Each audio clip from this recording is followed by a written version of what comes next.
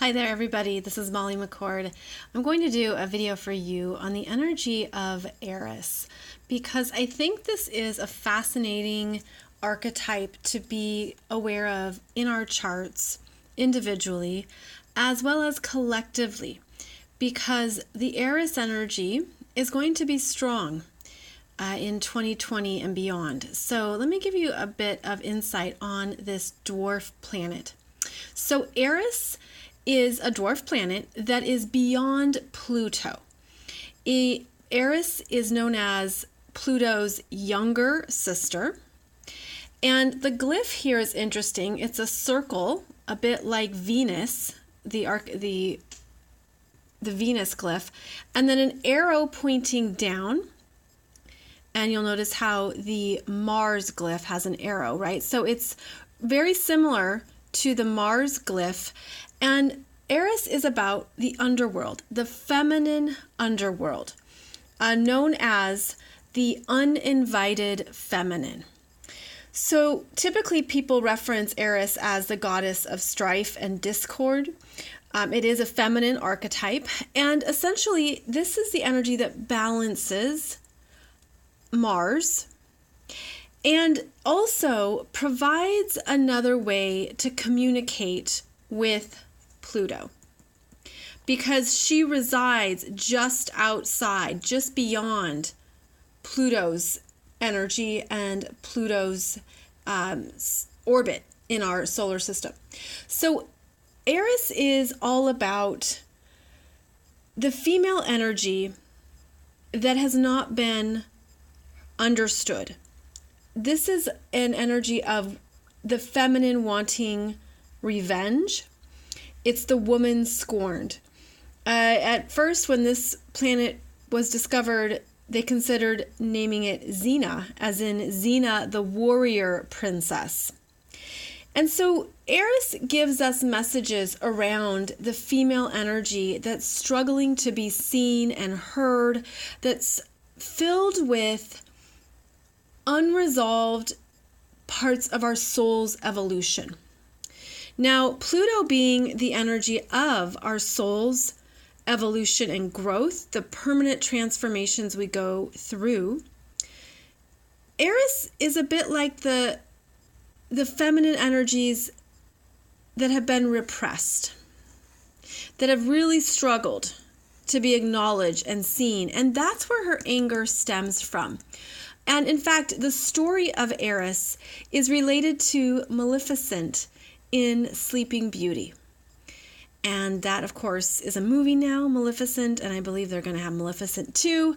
So the Eris energy is really coming into our mass consciousness of this desire for revenge, for where there is still a war going on or a struggle within. This is a whistleblower. This is where the feminine wants to rise, but she struggles to get through her own emotional underworld. So there's pain here. And how I feel this energy intuitively is that it is a collection of the soul's unfinished stories, the soul's accumulation of pain, emotional aggression, the energies of I have to fight for this part of myself. This is the part of myself that has not been loved. Now, this is key to understand because we can very easily paint Eris in a very dark manner as very much the shadow feminine. And, there's space for all energies. All energies teach us something. All energies have gifts and healings and lessons. So it's important to honor this energy. And this is the uninvited feminine that's looking to be understood or to be invited by working through the internal discords, the really intense, feisty, fiery nature that ultimately is looking to be loved. Now, Eris moves very, very slowly because of where she resides in our solar system, beyond Pluto. So she moves slower than Pluto. And here in 2019, she just moved to 24 degrees of Aries.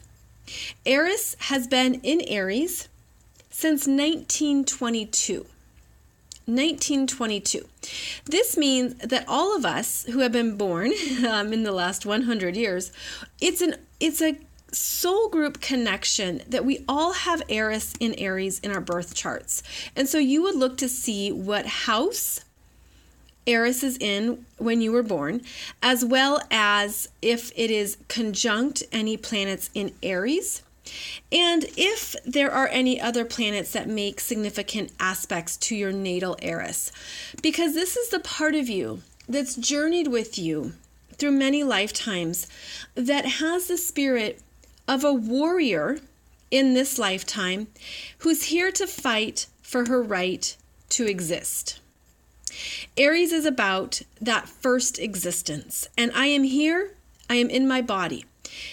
Aries relates to the blood in us, our blood lines, the blood in our bodies when our blood boils out of anger, when we're ready to fight for something. So Aries can be related to the blood that is running through your body that is intense. I'm seeing it as inflammation. It's the part of you that's unsettled and feels that there's more to resolve here. And yet we're going to have this Eris energy greatly triggered in the next few years. So Eris is actually going to station retrograde in July 2019 and go back to 23 degrees of Aries and stay at 23 degrees of Aries until 2021, middle of 2021. The dates will be below this video. And then we'll come back to 24 degrees until 2023. So you can see a very slow moving, only going between a few degrees here. Actually, Eris started 2019 at 22 degrees, went through 23, 24. So I thought it would be interesting to give you some insight into the significance of 23 and 24 degrees of Aries to understand where Eris feels uninvited, where she is upset, where she is fighting, where she is wanting to be ultimately accepted and seen for all of her strength and power, because this is a powerful energy and it's meant to be released. It really is, because otherwise this is the kind of energy that you will keep in your body. Aries is about the body, but that you'll keep in your emotional world. And Aries is an emotional fire sign. That aggression, that sense of looking for what is not in harmony. So 23 degrees of Aries in the Sabian symbols is about a pregnant woman in a light summer dress. And it's actually this interesting combination of masculine aggressiveness and the woman's desire for fulfillment are integrated and realized in the expected child. So we have the energy here of Eris holding something when she's at 23 degrees, a pregnancy, a sense of something has been created within her that she's ready to embody, integrate in herself. It's, Aries is a masculine and she is a feminine energy. So it's this combination of energies at 23 degrees of Aries, a pregnant woman in a light summer dress. And these Sabian symbols give us more to work with, a deeper archetype to understand. And essentially, it is the search for inner fulfillment. So when Eris goes back to 23 degrees until 2021, there is this inner fulfillment that is the quest, that is what she is searching for in Aries, which is her sense of self, her body, her blood, her ability to exist and to be in her power, in her strength. Now at 24 degrees of Aries, we have a different Sabian symbol. Blown inward by the wind, the curtains of an open window take the shape of a cornucopia. And this is actually about the openness to the influx of spiritual energies. So at 23 degrees, she's pregnant. And then at 24 degrees, there's a birthing of spiritual energies, of deeper understanding around the inner fulfillment of what needs to be resolved, of how to work with anger, revenge, strife, and discord as spiritual lessons, as how to incorporate those into a force that she is in charge of, and a force within her own self that can ultimately release more of this aggression. Now, the other thing of note is that Eris is in the third decan of Aries. The third decan is between 20 to 29 degrees of every sign. The third decan of Aries, 20 to 29 degrees. The third decan is always about mastery. It's understanding that since she entered Aries in 1922, there has been a very slow progressive journey here over nearly 100 years. And it's looking at the evolution of the feminine in society, in mass consciousness. It's looking at how women have had to come into their own and be independent, courageous, their own individual selves. We can see this throughout many examples in the past 100 years of history, in various cultures, belief systems.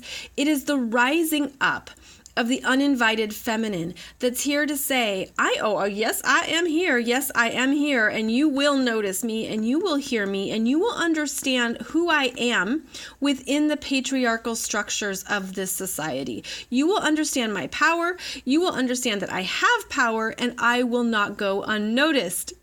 So there's a fire in this Eris, and she is in the last decan of Aries to master her anger, her emotional aggression, and to be really connected to her sense of self, her courage, and her power. So this is a significant journey that Eris has been on. Eris was discovered in 2005. And that's when her energy came into greater consciousness.